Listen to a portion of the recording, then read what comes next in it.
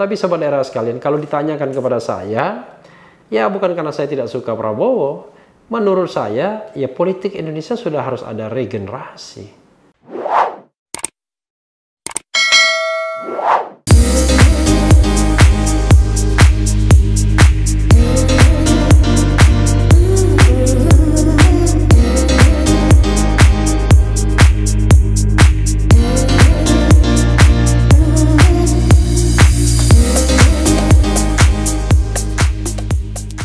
Assalamualaikum warahmatullahi wabarakatuh, sobat RH sekalian.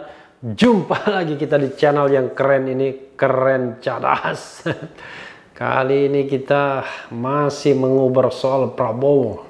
Kemarin Prabowo dilantik kembali menjadi Ketua Umum Gerindra. Entah untuk periode yang keberapa. Periode 5 tahun ke depan. Tapi kan tidak ada pemilihan dalam partai Gerindra. Tapi juga partai-partai yang lain juga.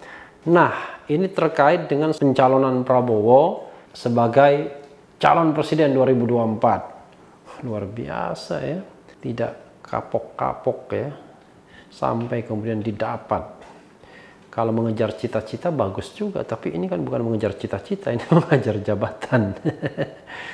Jadi ini ada berita dari Detikcom soal PA212, Prabowo selesai, 2024 ada Anies, Sandi hingga Habib Rizik.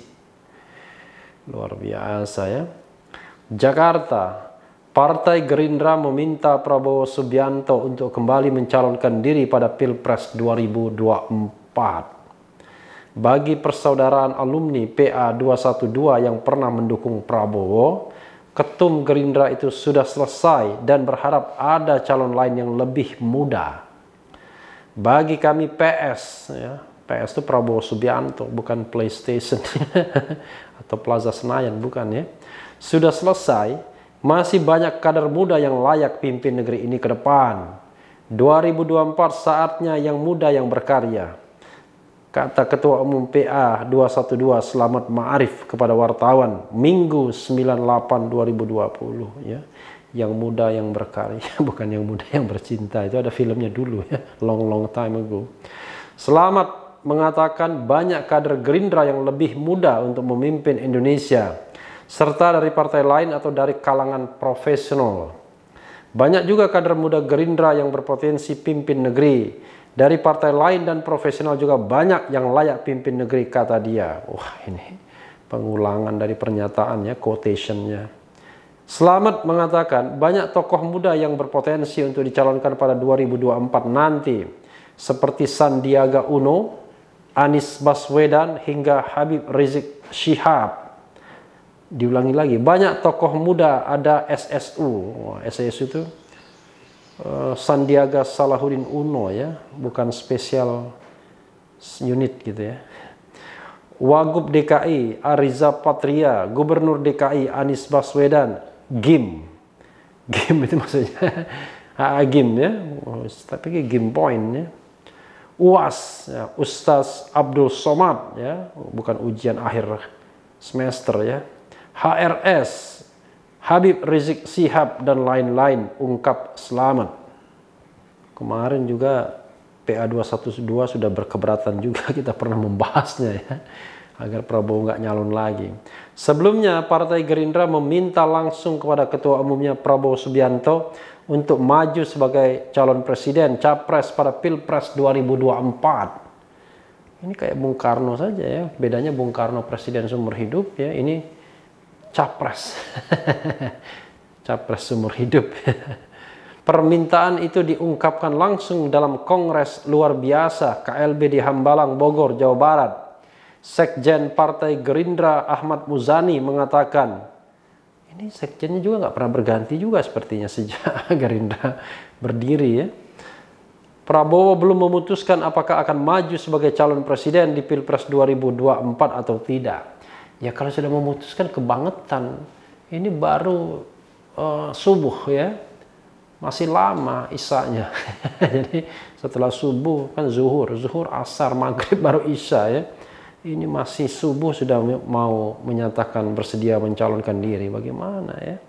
Prabowo meminta waktu 1 tahun atau lebih kepada peserta KLB. Wah, rupanya dia akan menentukannya pada waktu zuhur ya.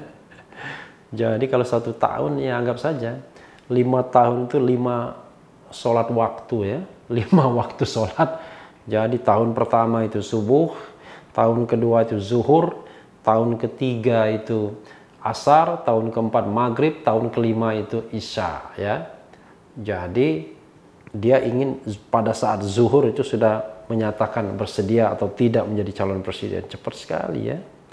Pak Prabowo tadi di hadapan KLB mengatakan bahwa tentang hal tersebut maju sebagai capres akan diputuskan 1 tahun atau 1,5 tahun.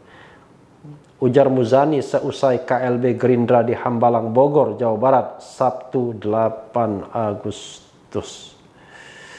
Ya, luar biasa memang.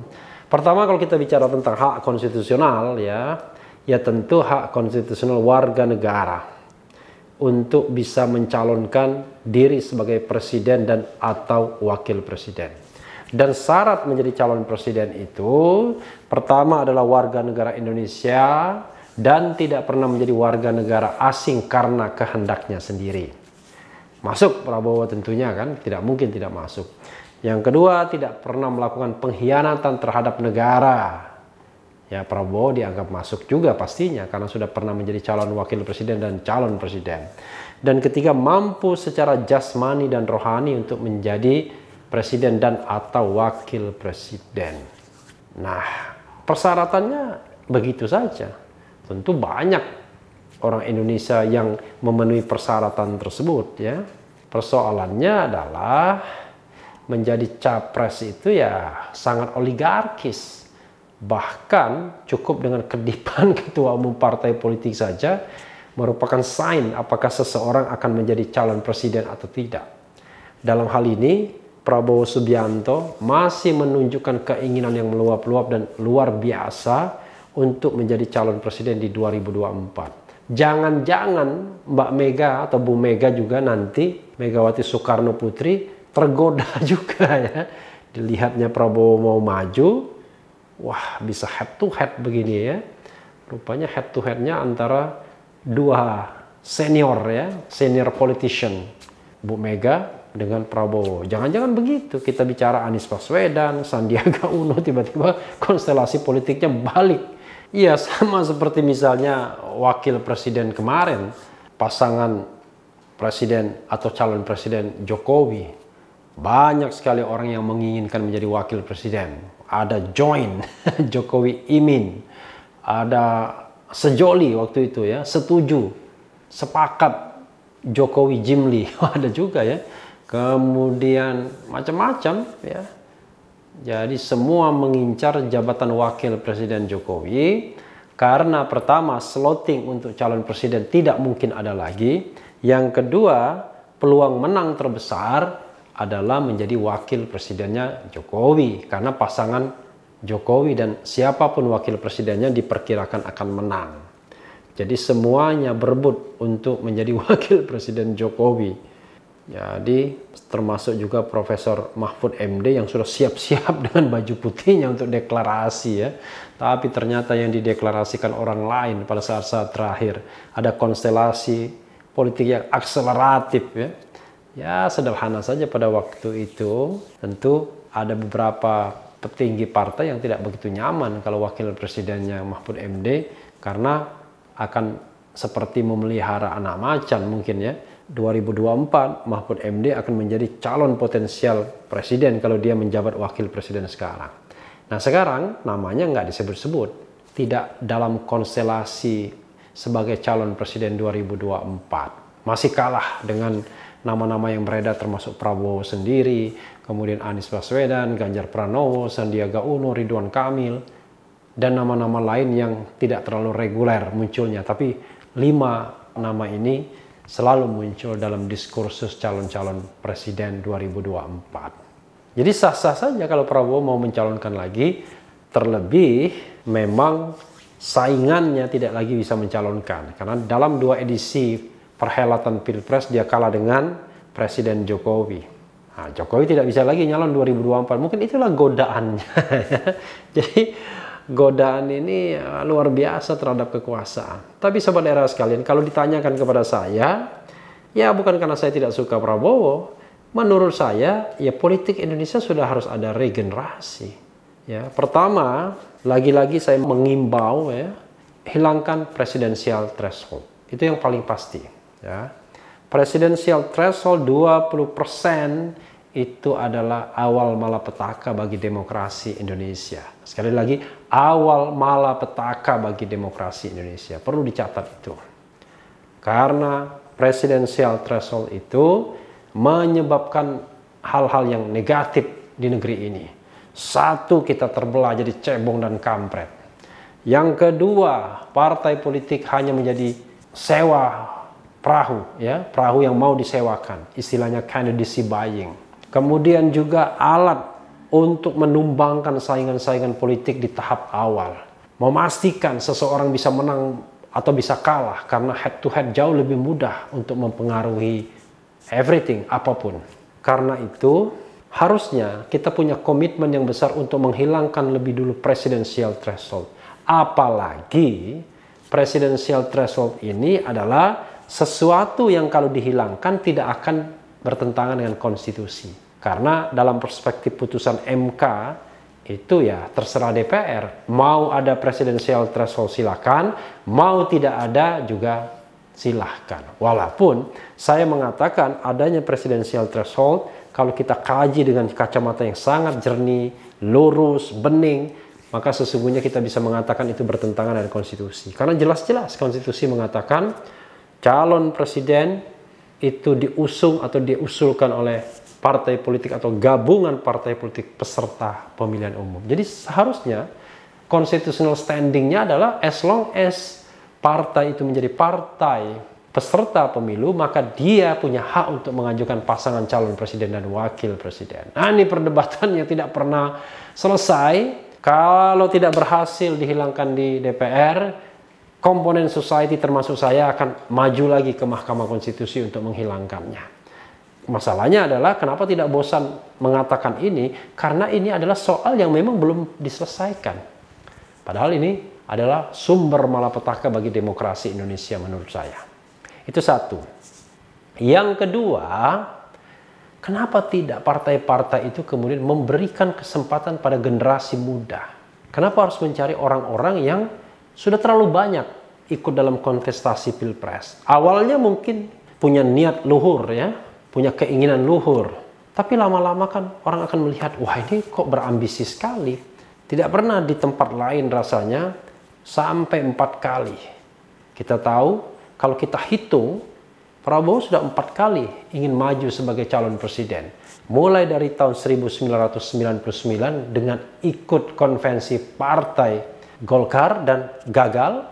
Yang kedua, ikut lagi sebagai calon wakil presiden berpasangan dengan Megawati Soekarno Putri, sehingga disebut Mega Pro pada waktu itu tahun 2009. Gagal juga dari pasangan SBY dan waktu itu berpasangan dengan Budiono. Lalu kemudian tahun 2014 berpasangan dengan Hatta Rajasa, kadang-kadang diplesetkan Prahara gitu ya, Prabowo Hatta Rajasa, gagal juga. Dan terakhir 2019 berpasangan dengan Sandiaga Salahuddin Uno, gagal juga dari Presiden Jokowi berpasangan dengan Kiai Haji Ma'ruf Amin. Jadi sudah 4 kali gagal. Saya bandingkan misalnya dengan calon Presiden Amerika Serikat tahun 2000. Waktu itu George Walker Bush melawan, saya lupa namanya siapa ya. Nanti kita akan lihat namanya ya. Jadi pada waktu itu yang bersangkutan sebenarnya menang dari sisi popular vote-nya. Tapi electoral college-nya yang kalah. Jadi kalau di Amerika Serikat, Sobat RH sekalian, yang menentukan kemenangan itu adalah electoral college. Jadi electoral college itu adalah suara yang dimiliki negara bagian.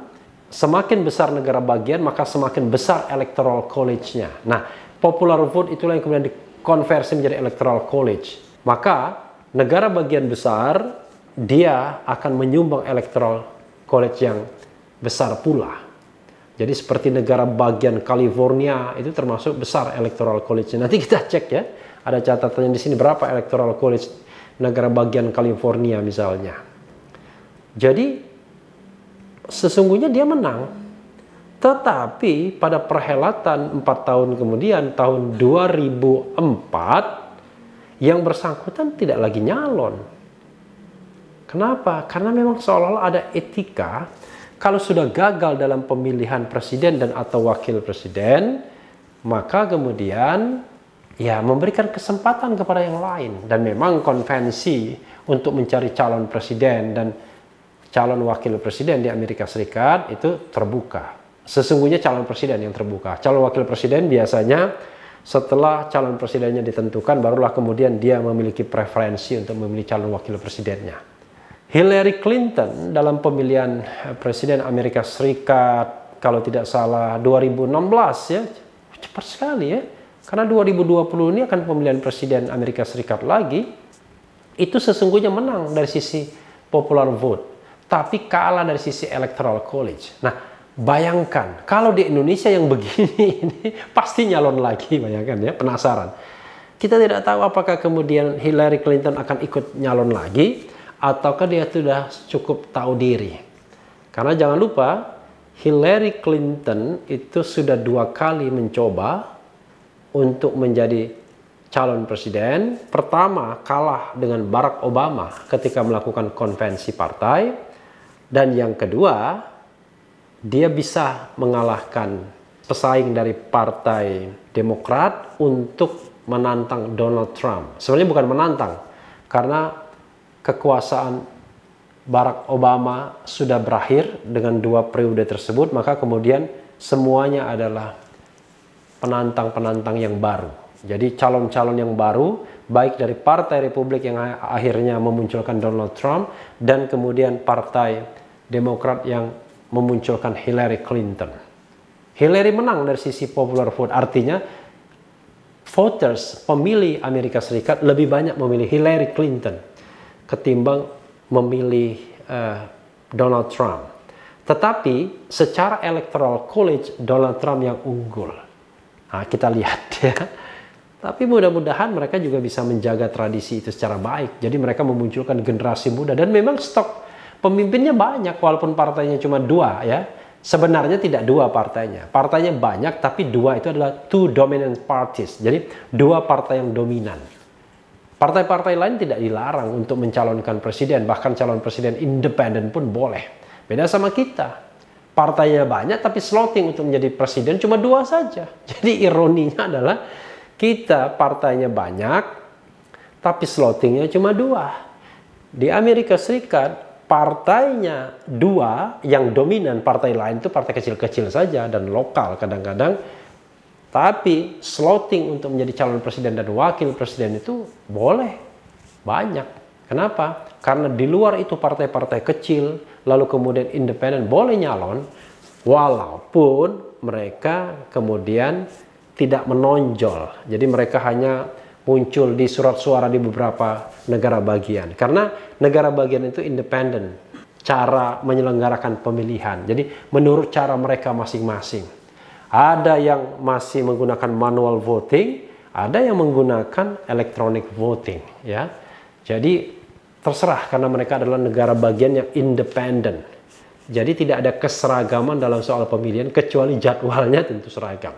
Ada juga memang beberapa negara bagian yang menyelenggarakan lebih awal, tetapi in general mereka serempak. Jadi Sobat RH sekalian, saya ulangi lagi, saya berharap orang seperti Prabowo Subianto, Megawati, siapapun, Surya Paloh sekalipun, ya sudahlah, berikanlah kesempatan pada generasi-generasi muda yang usianya 50-an ya, sepertinya kan trennya 50-an untuk melihat kemapanan calon itu di Indonesia ya.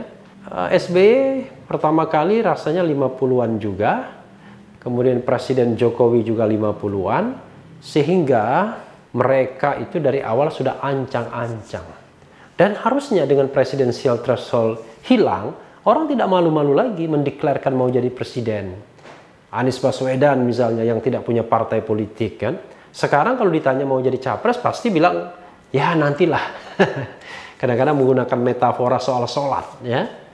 Jadi ini ibarat menunggu waktu sholat itu belum saatnya. Kadang-kadang begitu dia bilang.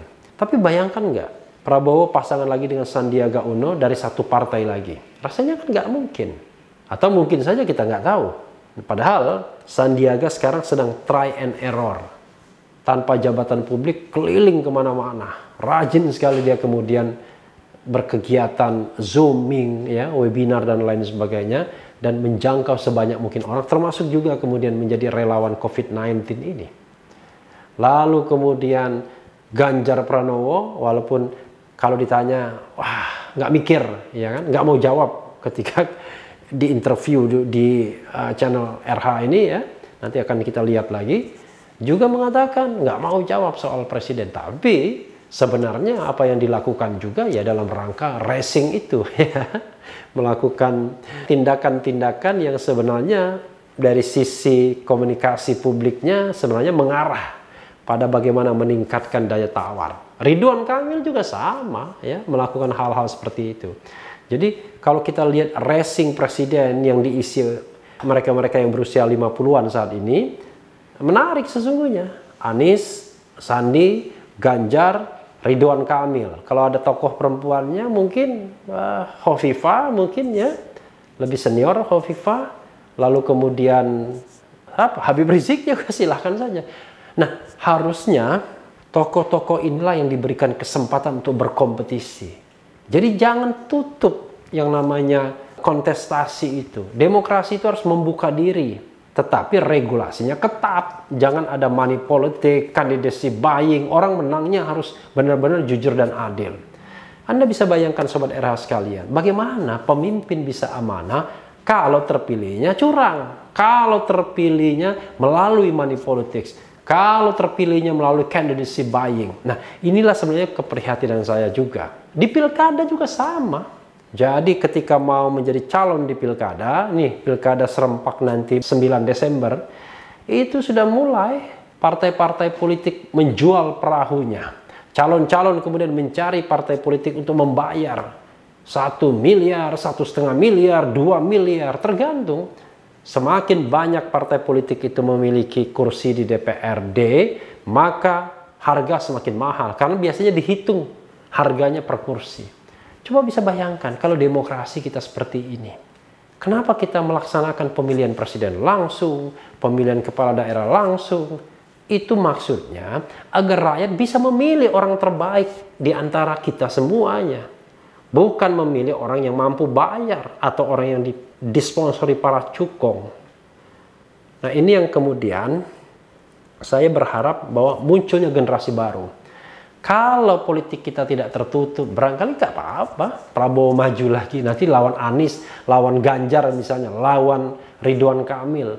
Apakah dia sanggup misalnya dari sisi kemampuan berpemerintahan atau dalam konsep-konsep dan lain sebagainya, dalam debat-debat dan lain sebagainya. Tapi persoalannya adalah, kalau satu slotting itu misalnya dipaksakan kepada Prabowo, maka yang terjadi adalah kemungkinan head to head akan terjadi lagi. Makanya saya katakan, sekarang Prabowo sepertinya menjadi anak emasnya baik Jokowi maupun Megawati.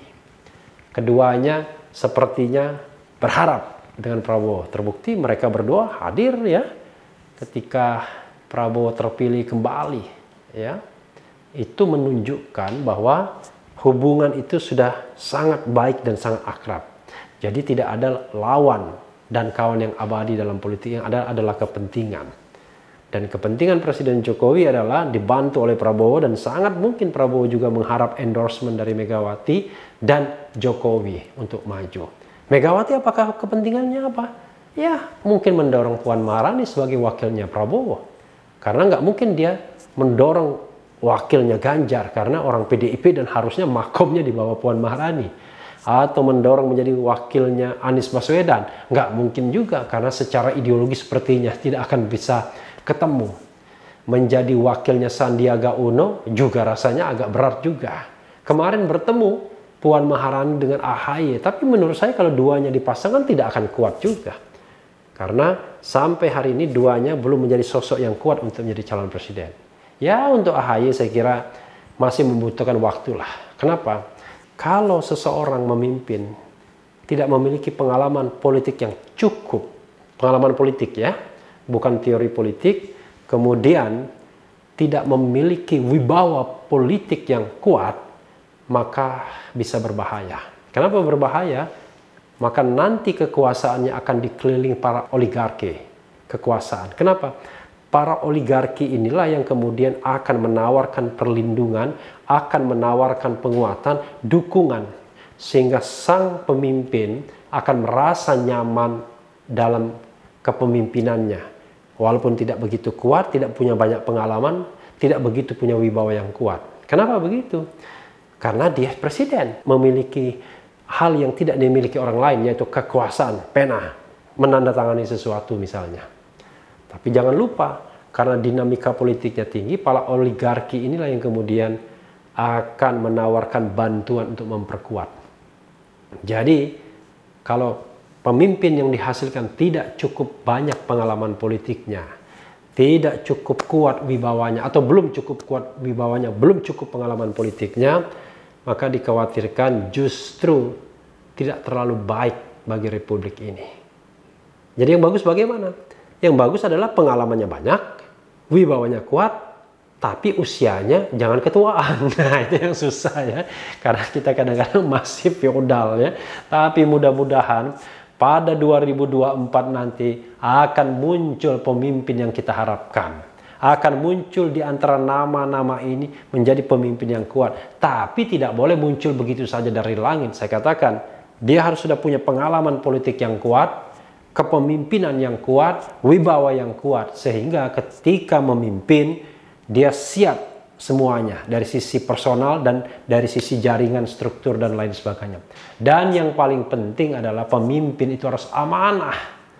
Ya, harus ingat bahwa kekuasaan itu tidak hanya dipertanggungjawabkan kepada rakyat secara horizontal, tetapi kepada yang maha kuasa secara vertikal.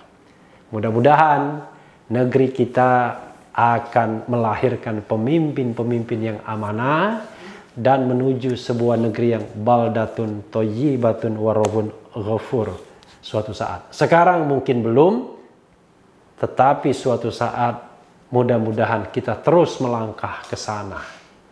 Karena memang memperjuangkan masyarakat yang gemah ripah Laut Cinawi itu bukan seperti membalikkan telapak tangan atau kita menunggu pergantian siang dan malam dalam jangka waktu 24 jam. Tapi membutuhkan waktu, effort, ya, tenaga, pikiran, dan yang paling penting adalah munculnya pemimpin-pemimpin yang tidak memikirkan jabatan, tapi betul-betul yang ingin melaksanakan amanah secara baik atau sebaik-baiknya. Nah, sahabat era sekalian, itu saja Uber kali ini mengenai Prabowo yang disuruh nyalon lagi, tapi minta waktu menjawab setahun atau 1,5 tahun ke depan, dan PA212 yang sudah menolak. Karena katanya ada pemimpin yang lebih muda dan siap. Kita lihat saja. Yang penting adalah tetap di channel ini, karena di channel ini Anda akan dirayu, ditipu, dibaperin, dicecar, diuber pula di jalur khusus. Karena channel ini adalah channel yang mengancam, memeras, dan membenci. Jangan lupa subscribe, like, comment, and share. Ciao.